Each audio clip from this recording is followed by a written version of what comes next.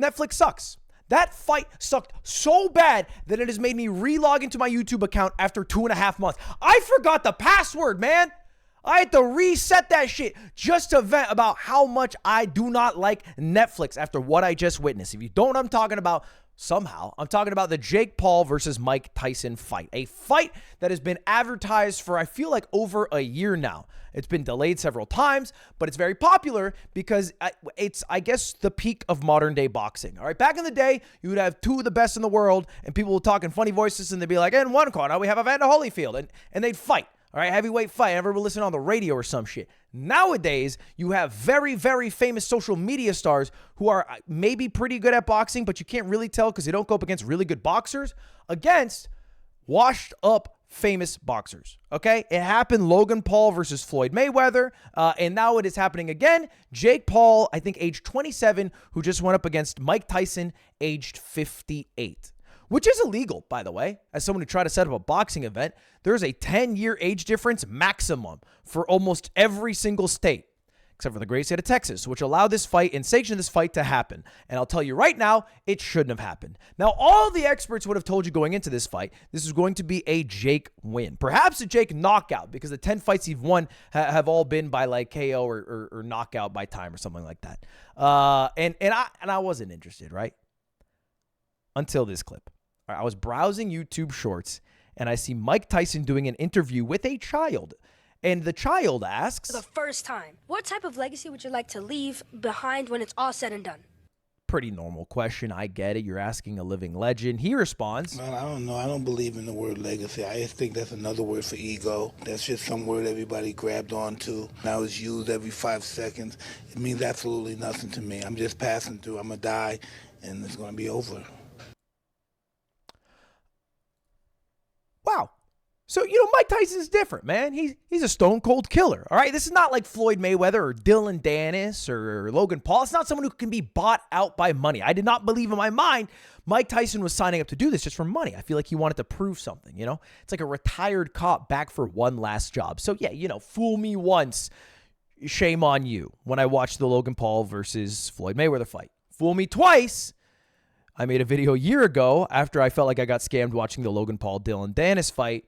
Shame on me. Fool me 3 times, never get fooled again because then, man, all right, after that video aired, they had the weigh-in, and Mike Tyson walks up wearing nothing but a damn Speedo and then slaps the shit out of Jake Paul.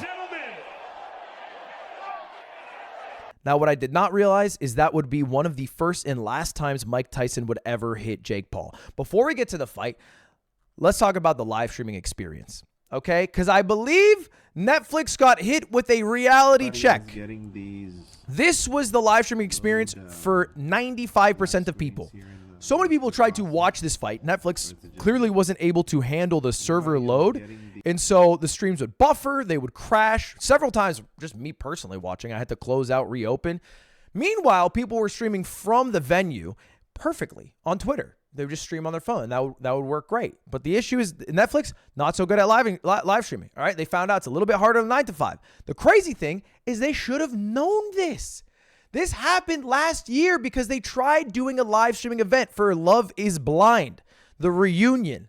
Okay, and let me tell you, Mike Tyson versus Jake Paul was very big, okay? But the Love is Blind reunion, we're talking like, one of the top 5 reality show moments. That's a great show, okay? People are going to want to tune into that shit. It was horrible. It crashed constantly. It did not start on time. It was delayed. Everyone who watched it said it was an absolute shit show. So they're not very good at live streaming. All right. I don't know why they've pivoted their business model this route. They did it with the Tom Brady, the Love is Blind, now the Mike Tyson fight. They said they bought the rights to Christmas Day football. So now, unfortunately, if you're an NFL fan like me and you're going to watch football on Christmas Day, you're going to be watching it through a lot of fucking buffering because they suck at it. And here's a funny thing. The one time where it didn't buffer. Let me just unbuffer for one quick second. We've been buffered hours straight. Let me unbuffer for one quick second. Mike's ass. Go back to buffer. That's about the only good moment in the entirety of the fight. Because if you watch the fight, you know how it went. It was 8 rounds, and the rounds were 2 minutes. Usually it's 3 minutes, but I think Mike Tyson got a clause carved out, the 58-year-old man clause, and it started out decent. First round, Mike was throwing punches. You're like, okay, maybe we have a fight on our hands. Okay. Second round was a little more Jake favored, but Mike's still throwing punches. After that, I'm not shitting you, it was over. Mike Tyson was walking around, I swear to God, like Joe Biden after a press conference. He looked bad. He had a brace on his knee. He was slow as hell.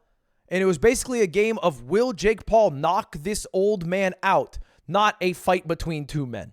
He did not throw a punch, Mike Tyson that is, for multiple rounds in a row. Just didn't even do it. It was so bad that at the very end of the fight, Jake Paul, instead of fighting to the bitter end, started bowing. Because we all knew it was over. And of course, who wins by unanimous decision? Jake fucking Paul, dude. Because you shouldn't have a 27-year-old man fight a 58-year-old man.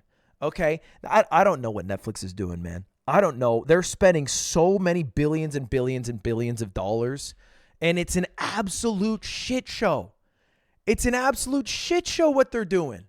I don't think their business model makes any damn sense. You know how much Netflix costs right now? It's $6.99 if you want to watch it with ads. It's like $12.99 if you want to watch it without ads. And then it's like $22.99 if you want to watch it in 4K without ads. The prices are going astronomical. And then the content on there, I feel like, look, it's a lot of bark and no bite. And you can only get away with that so many times. So in this video, I'll end it by showing the end of the fight, which was Mike Tyson being asked if he was going to fight again. And to the interviewer, he said, I'd maybe fight again.